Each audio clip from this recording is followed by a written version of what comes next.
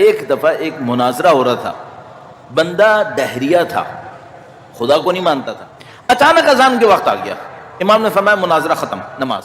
کہنے لگا یہ بہت عقل مند ہے۔ تو اس نے کہا کیوں؟ کہنے لگا اگر یہ 1 منٹ اور بیٹھے رہ جاتے نا تو میں ثابت کر دیتا کہ خدا نہیں ہے۔ آیت اللہ العظمیٰ مرحوم بہجت کے استاد سید علی قاضی طباطبائی، آپ نے کلپ دیکھا ہوگا، دہرا رہا ہوں، پتہ نہیں کتنی دفعہ دہراتا رہتا ہوں اسے، کہ جس میں ان سے کسی نے پوچھا کہ آپ کے استاد نے یہ کہا تھا کہ اگر کوئی شخص اول وقت نماز پڑھے تو اس کو اعلیٰ معنوی مقامات نصیب ہوں گے۔ آیت اللہ سید علی قاضی طباطبائی کا ایک جملہ مشہور تھا، کہنے کہ ہاں کہا تھا۔ تو کہا وہ کیا کہا تھا انہوں نے؟ سید علی قاضی طباطبائی نے، سید علی قاضی طباطبائی کے بارے میں کئی دفعہ عرض کر چکا ہوں، آغا بہجت کے بھی استاد تھے، آیت اللہ دستغیب کے بھی استاد تھے، آیت اللہ سید محمد حسین طباطبائی المیزان کے مصنف ان کے بھی استاد تھے، پتہ نہیں کتنے عرفاء کے یہ استاد تھے۔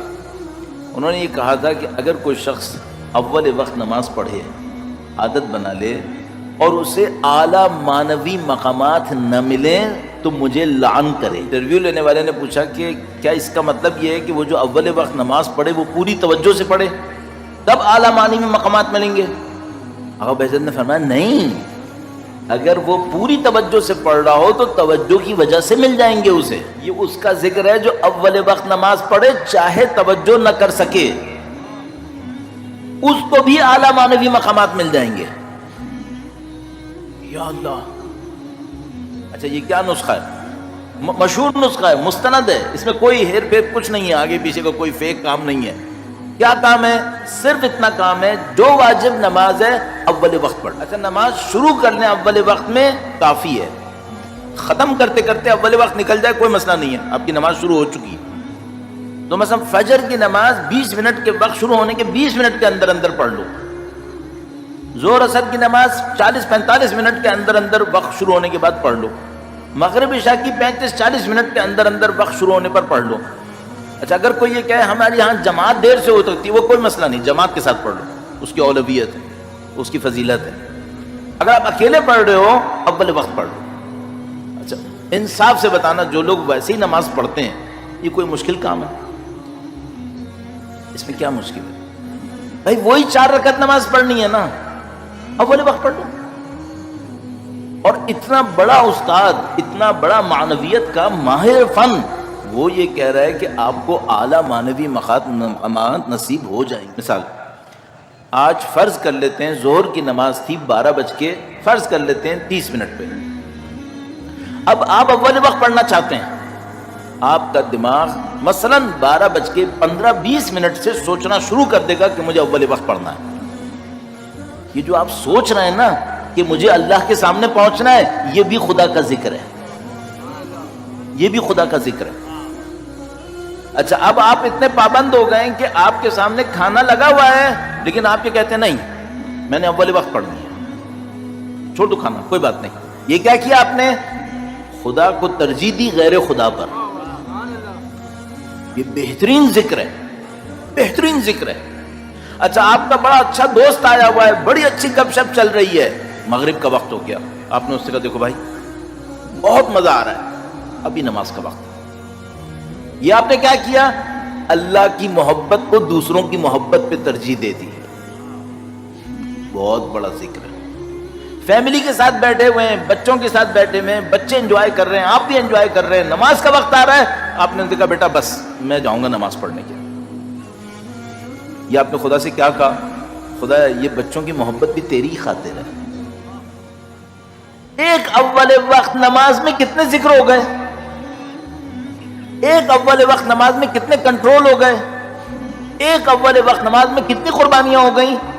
اور یہ دکھاوے کی نہیں ہے، یہ اصلی ہے۔ ایک نسخہ کتنا کام کر سکتا ہے۔ اب مثال کے طور پر بزنس کو لے لو، جناب بڑی اچھی بزنس ڈیل چل رہی ہے، باتیں چل رہی ہیں، کام ہونے والا ہے، اچانک نماز کا وقت آ گیا، نہیں بس ختم، یہاں پہ روک لو، فوراً نماز پڑھنی ہے۔ ہمارے پاس ایک عجیب روایت ہے، مولا 8ویں امام سے درود بھیجے گا، محمد و آل محمد صلی اللہ علیہ محمد واجل فرج۔ بڑی عجیب روایت ہے، ایک دفعہ ایک مناظرہ ہو رہا تھا، بندہ دہریہ تھا، خدا کو نہیں مانتا تھا. وہ مناظرہ کر رہا تھا امام سے. امام نے دلائل دے کر اس کو بالکل ایسی جگہ لا کر کھڑا کر دیا کہ اب چند جملے تبادلہ ہوں گے اور یہ اللہ کو قبول کرنے پہ مجبور ہوگا. جب بالکل اس جگہ پہ آ گیا کہ یہ ماننے پہ مجبور ہوتا اور یہ بہت بڑے گروہ کا سردار تھا, اگر یہ مان جاتا تو پیچھے پتہ نہیں کتنے لوگ تھے جنہوں نے خدا کو ماننا تھا. اچانک اذان کے وقت آ گیا. امام نے فرمایا مناظرہ ختم, نماز. تو جو لوگ وہاں بیٹھے تھے انہوں نے کہا کہ مولا یہ بہت بڑے گروہ کا سردار ہے, اگر آج آپ نے اس کو بالکل ہماری دانش میں پھنسا لیا ہے, یہ اب کہیں بھاگ نہیں سکتا. 2 جملے اور بولیں, 2 دلیلیں ادھر ادھر ہوں گی, یہ خدا کو مانے گا. امام نے فرمایا نہیں, نماز. امام کھڑے ہو گئے, نماز کے لیے چلے گئے. وہ بچ گیا. ہم تو دیکھ رہے ہیں ایسے. اس کے بعد کسی نے اس سے پوچھا تمہیں کیسا لگا؟